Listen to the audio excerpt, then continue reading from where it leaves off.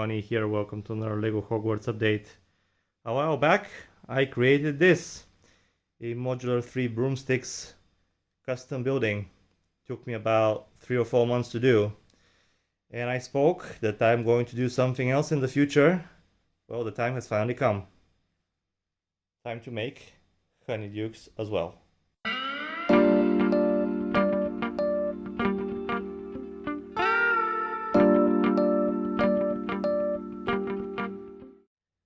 Before actually starting on this, I went back and watched what I did on the Three Broomsticks, and you can go as well and watch the series and follow the whole process, how we managed to get to this amazing modular building. I'm really proud of it.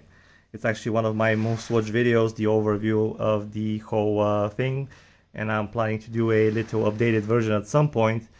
But yeah, the idea was always to come back and do the other building of this so-called set, the Hogsmeade little buildings that came out a few years ago. I remember back in the day when it actually came out, I was really pleased with this set, and I really liked it, gave it high praise, but actually it's not that great. For the price back then, before Lego really started taking the piss and increased the prices, it was actually pretty good value. But I digress.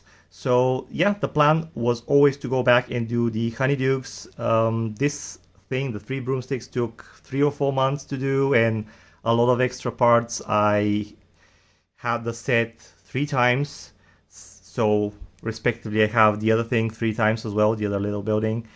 And obviously all the parts are not going to be enough, but we will order whatever is needed. And yeah, I remember this building cost a lot of money in additional parts to do, but then again, it is pretty big. I'm not going to open it right now. You can go and see the video where actually there is a lot of nice footage from inside. But yeah, now, like the first episode of the building the Three Broomsticks process, the first time around I'm going to talk quite a bit rather than build and just show you what I've done. So last time, I believe what I did was I actually shared my thoughts of how to approach when we're trying to build a modular building. So I'm not going to repeat myself. Instead, I'm going to talk about the Honeydukes itself. So the issue, as with most Harry Potter buildings, well, is that there are many different versions. I've talked about the Hogwarts different versions a million times. We've had changes throughout the films, we've had changes throughout all the games, we've had changes throughout all the descriptions of the books even. All sorts of different mediums have different types of Hogwartses, basically. Same with the Three Broomsticks. I ended up doing a model that was from the outside as closest to the universal actual inn, and on the inside as close as it was based on Prisoner of Azkaban and the Half-Blood Prince, with a little bit of twist from myself, as usual. But I've tried to make my personal changes as few as possible and only when needed. So similar to last time, I've done some pretty ugly schematics just to give you an idea of my thought process. So over here we have four versions of the Honeydukes that I have found. Now these top ones here are very similar. I found them online, and they are based on the actual Honeydukes at Universal Studios. Now the first one here is a rectangle, and over here we have 3 doors, and we have these little rounded window podiums similar to this piece here, and it's pretty simplistic. Now over here we have the same thing, but this part is cut off, so we don't have a standard shape, more of a L piece, let's call it. And this door and these 2 windows are pushed a little bit to the side, and over here we have 2 normal windows. I'm actually going to attach some pictures here and there from what I'm seeing, just to give you a better idea so you don't have to rely simply on my ugly penmanship. Over here is a very rough schematic of what I've seen in Prisoner of Azkaban. So it's even more simplistic with only two of these windows on the front and one door. If you actually go back and watch these scenes, you can see that the actual shop is very cramped. It's very like condensed in space. It does have, however, on the left these stairs, and over here there's like these counters, and over here there is a different, even smaller room somewhere around here. I didn't like that very much. Also, the shelves are from the floor to the ceiling basically, and I don't know, I didn't like it very much. There are certain things that are very appealing. You can go back and check the movies. I'm pretty sure each and every one of you has a copy of the film. You can go and have a look. But it just, I didn't like that much, that version too much.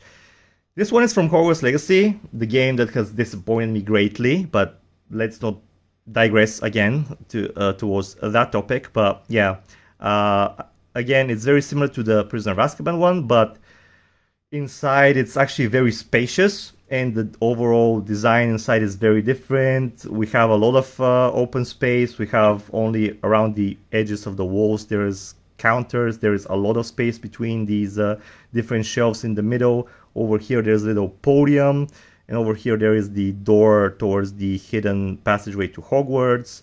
And again, if you actually go in the game and look from the outside and go around the building, so you make a little lap around the building, and then you go inside, the actual space inside in the game doesn't correspond whatsoever with the out space. So basically they programmed it like when you go in a different instance, really, when you go inside, and they've done that with many buildings. I can understand why they did it, but it really triggers me. So basically you enter a building which from the outside is twice just twice smaller compared to what's inside, and I can't just no, I don't agree with that. I'm sorry, but I don't like that design. Again, this little podium thing and all the space, it's nice, but it seems to me there's too much space. It's something that they've done in many places, like the kitchens as well. It's very spacious. Even the Great Hall is ginormous. The dining hall, it's a personal preference. Okay, I don't like the game. If you like it, good for you, but whatever. So I'm sure there are other versions as well, but I kind of settled on these four, and I'm probably going to take little bits of all of them in the end, but for the time being, I'm going to settle on this one here. So let's call it version 2 from the actual shop from Universal. So I kind of like these two windows. This is too simplistic for me. And the Three Broomsticks, if you look at from above, it's a standard rectangular shape. So I didn't want another building like that. And this one, I feel it will be better. And also these two windows are pretty nice. I'm not really sure how exactly I'm going to do it, but I decided, okay, we're going to do this variation. At least that's my initial thought. So after that I settled on the version, I did a little base, and I'm going to show it to you over here. I've actually built it. Wow, actual Lego in this video, I know. So it's very basic, simple, similar to what I did over here with a dark bluish gray plate and then an outline of white for the snow. Again, similar to what I did in the Three Broomsticks. I like Hogsmeade during the winter. My Hogsmeade village, whenever that is ready, if ever, it's going to be a winter village, so might as well be prepared for that. And also it serves for a great way to reinforce the base.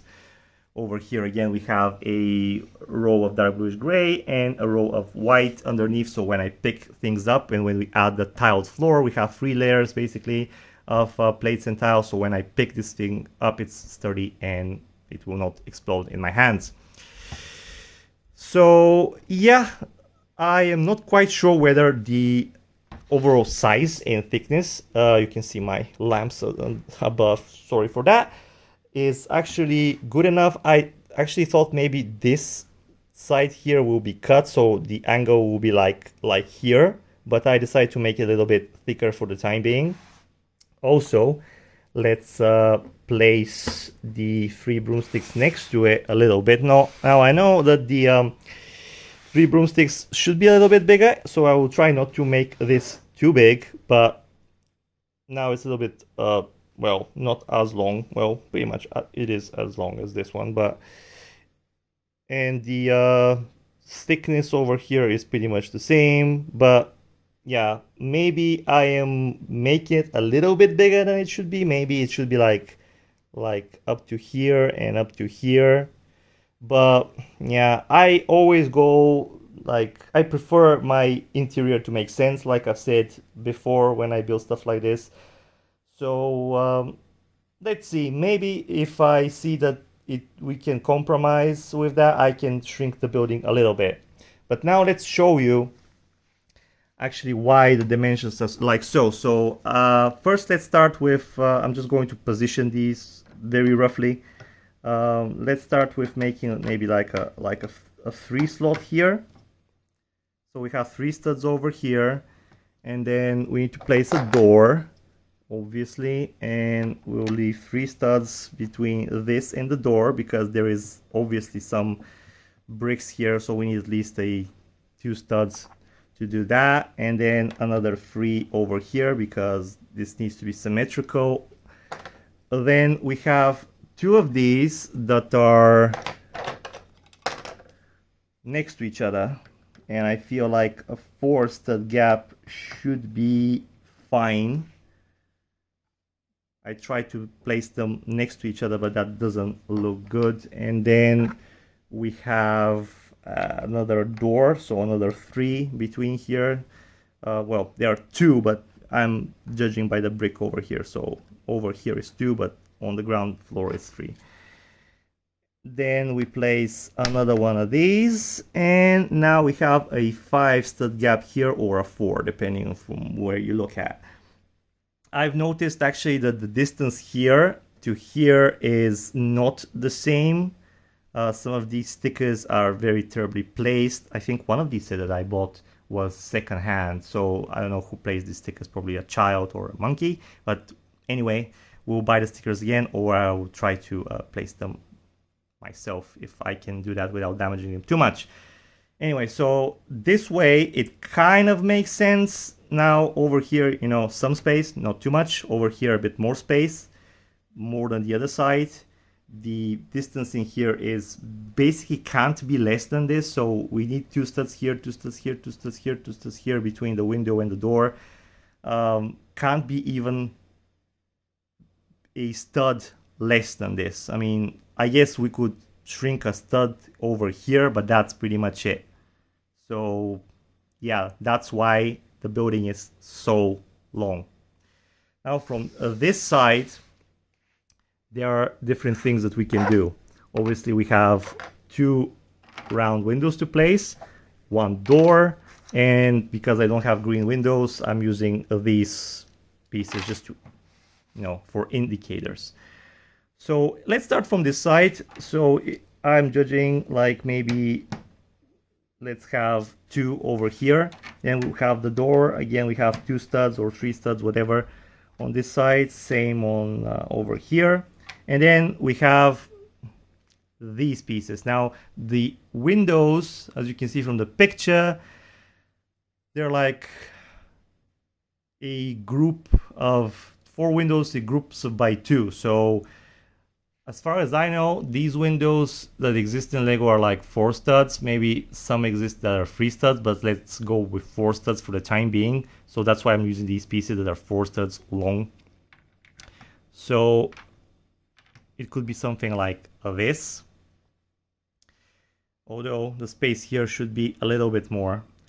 So over here we have 5 studs, and let's say we have a brick here, 2 and 2, and then it goes from here. And maybe it should be like this, which means another 3 studs here, another 3 studs here, and another 3 studs here. Now on this corner here, I have not really managed to find any conclusive pictures. That's why I have this plate here. It's something that I could cut from. Now, I have not really decided what exactly to do because, again, the windows here are not clear. I need to build actually and see what pieces fit. But this will all come clear when I actually build pretty much up to this level. And when I start on the second floor, yes, there is going to be a second floor. At least I am going to try to make one. But I'll talk about that in a little bit. Now, once we start the second floor to become clear with the roof that is sloping, I'm trying, or at least planning to use the same technique as I did here with the plates. We'll see if this is fine or not, because it's very important how the upper windows correspond with the lower ones when it comes to spacing, when it comes to size, all that stuff. It's very difficult to plan without using Lego Studio, and you know that I don't use Lego Studio to build. It's not my cup of tea. If you like to do that, that's good for you, but yeah, stop suggesting it to me. I'm not going to do it. Anyway, so that's why I'm leaving myself a little bit of a leeway here. Now, obviously, we can cut this. We can make it a little bit shorter on this side. We can leave more space, little bit less space. We'll see. But roughly, this is how it should be. Actually, this door shouldn't be here. This door should be here. And why is that? Because I noticed that on the front, if you consider this one the front, the two doors open like this from all the pictures that I've seen. But this door opens like this. Yeah, apparently. But yeah, this is the very rough idea of how it should be, in my opinion. Corresponding with what I'm trying to do. Obviously, this could change. Now, it's not ideal that we're using these pre-made pieces. It's not ideal to be using stickers, but the set that we're basing this on to begin with provides them. We'll try to use them like I use basically this little part from the original set. It seemed to integrate very well. So we'll pay homage to that and do the same thing basically. Now, like I said, I'm basing this on the version at Universal Studios, but that one doesn't have a second floor. It actually doesn't even have, from what I've seen, actually I've seen so many guides and like videos of people going in there, but nobody, at least from what I've seen, if you have, maybe you can link me that video in the comments, but everybody goes in and zooms their camera like this on the shelves and talks to me about the prices. I don't care about that, I'm sorry. I can check the prices online. Maybe if you make a video that's a tour of the Universal Studio Honeydukes, you can actually, give us a tour of what it looks like inside, not zoom in on the shelves. But again, I'm hating. But yeah, it's something else that triggered me. But from what I've seen from those videos, there is no second floor, and there is no actually a room that represents the very known hidden trapdoor that leads to Hogwarts. Now, in the Prisoner of Azkaban, actually that's in the basement. There's like this little, if there is like a staircase here, over here there is a door and you go in underneath and there is a basement. Over here we can't really make a basement, but I am considering if I place this on obviously a Mills plate or something else once the village is done, or once I start making my Hogsmeade, which will be somewhere in the future, I will raise the flooring with a hollow, maybe like 5 to 10 studs, and I will make a little basement inside the base. So I'm thinking about that in the future, but right now as I'm building it, there will be nothing like that. So I'm thinking about the second floor, and the second floor also indicates that I'll have to place some stairs, and there are no stairs in the model that I am basing this on, so there will be a little bit of creativity. Where am I supposed to place these stairs? I have no idea. we have like shelves over here, like one and one, one and one, one and line like this. And there's like the cashiers, I believe, are like here-ish. And over here, there are even more shelves. So I could maybe place it here in the corner. I could maybe place it over here. But basically, it can't be in front. So it really leaves this section here for the stairs. And the second floor, I'm kind of it's just going to be like a condensed storage space, really. Nothing all that special. Maybe hide some Easter eggs there if I figure something out, similar to the poker game that I've hidden in the Three Broomsticks. So something like that. But we'll see. So obviously we have to place some stairs, figure out the second floor. One thing that worries me a little bit is that because of the shape that this building is going to be, it's not a perfect rectangle. It's just, I'm not really sure how the sloping roof is going to look from the outside. And also there are some very tricky windows again. You remember how much I struggled with placing over here the spacing, because we have so many different windows, different elevations, and it was very maddening at some point, but the result I'm still very happy with.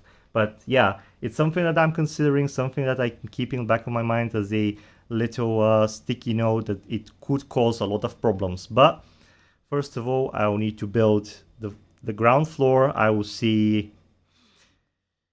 Well, initially, my wish is to build the ground floor and put most of the interior.